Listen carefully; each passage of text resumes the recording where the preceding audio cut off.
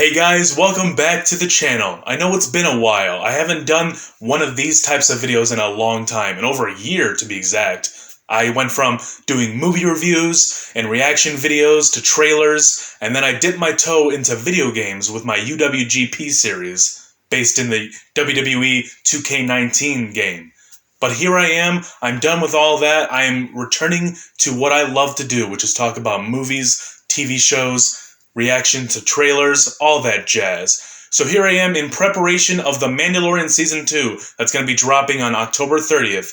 I'm going to be reviewing Season 1 of The Mandalorian that aired on Disney Plus last November. Let's talk about it. So when I heard The Mandalorian was going to be the first ever live-action television series for Star Wars on Disney Plus, I thought that was going to be an amazing thing. And guys, it was exactly that.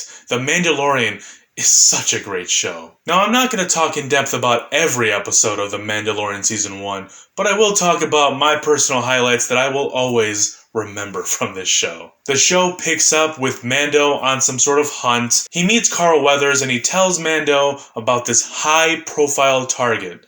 And Mando goes on the quest for him. We see a little bit of other Mandalorians in this little, sewage area. That's what it looked like to me.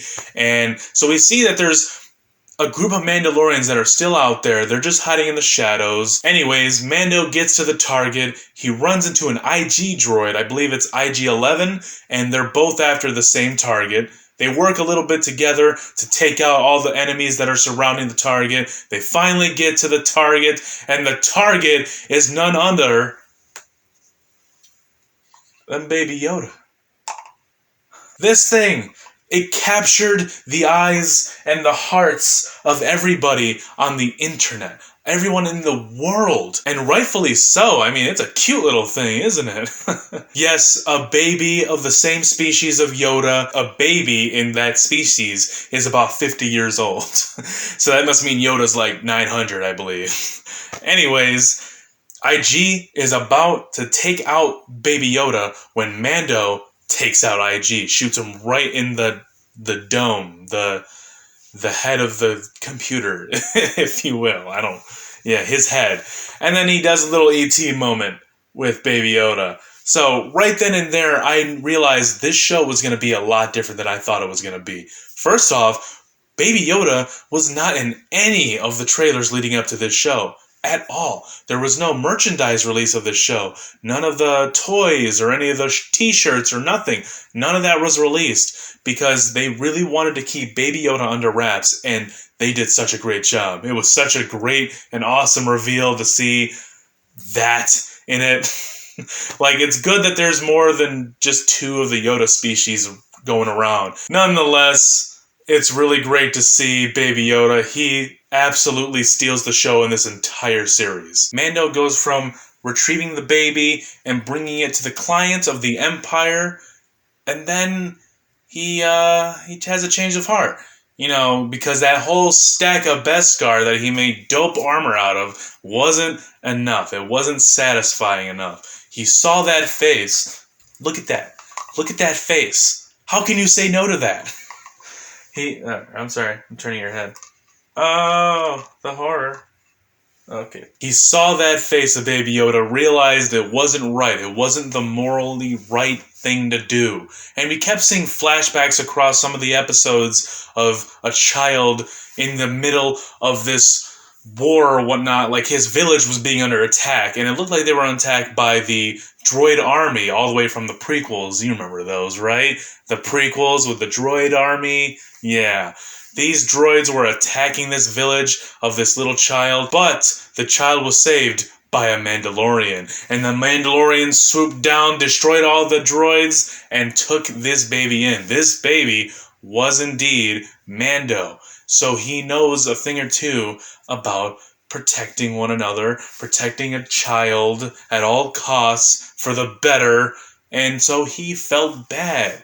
He felt bad, especially after joining the Mandalorians. He realized that wasn't a thing that Mandalorians do. He didn't feel right about doing it, so he went after the baby. He got him back, and thus the rest of the show was Baby Yoda and Mando on the run from other guild members chasing after him and hunting him down, wanting a bounty. Later on, Mando and Baby Yoda run to this planet that has a very small village of technology advanced less people. They're just a village, of farmers and whatnot. They don't have, holograms or anything like that. They didn't grow up with a Model X-Wing like Luke did, let's just say that. What I really love about this show is the score. The score of this show is just beautiful. It is truly, it's something that I want to listen to on a daily basis. The score is composed by Ludwig Göransson.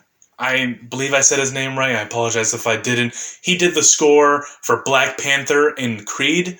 I thought those movies have beautiful scores, and this Mandalorian soundtrack was nothing short of beautiful. I just love every song that's in this soundtrack. From the theme song to the moment, and I believe the first or second episode, where the Ugnug, which I believe his name is Queel, he's teaching Mando how to ride one of those stump dinosaurs. They're just all body, no limbs.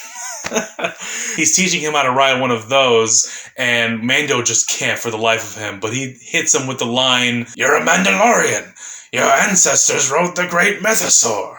And that, I don't know why that hit me so much, but it did. I was rooting for him. The kick-ass music kicks in, and I'm just taken away by all the sounds that this show has to offer. You have supporting actors like Carl Weathers, who plays his character, I'm forgetting his name at the moment, and Cara Dune, played by Gina Carano, which this is the second time I've seen her in anything. She was in one of the Fast and Furious movies, which I didn't think she was all that great in.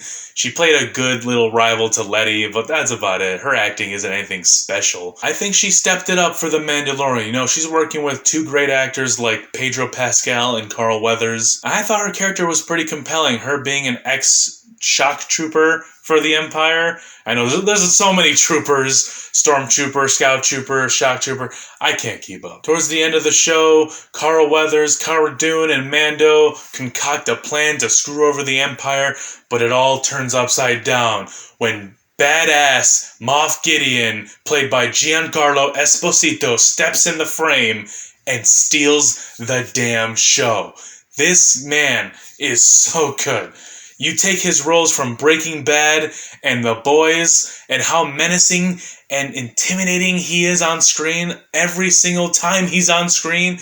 This show, Moff Gideon, is no exception. He kills as this big baddie, and I can't wait to see more of him in Season 2, because if you saw the end of that episode, of that season finale of Mandalorian, we saw Moff Gideon wield the Darksaber, which I believe made appearances in the Clone Wars and Rebels first. So I haven't seen all of it, so I don't know the history of the Darksaber. I saw a couple of videos. The Darksaber is a pretty cool concept, and it's heavily featured in Mandalorian history. So I'm really excited to see where Moff Gideon and Mando go into the next season. I can't wait for this next season to drop. It's going to be amazing. I hope it's not a drag. I hope it's not a disappointment. All we can hope for is the exact same amount of quality that the first season brought us. A fun fact about this show, I don't know if you guys saw, this show, for the most part, was not shot on locations. This was shot in a big room filled with LED walls that projected the surroundings in each scene. And, LEDs, with these high-quality LEDs, would emit the light to make it look like you're in that actual planet or whatnot.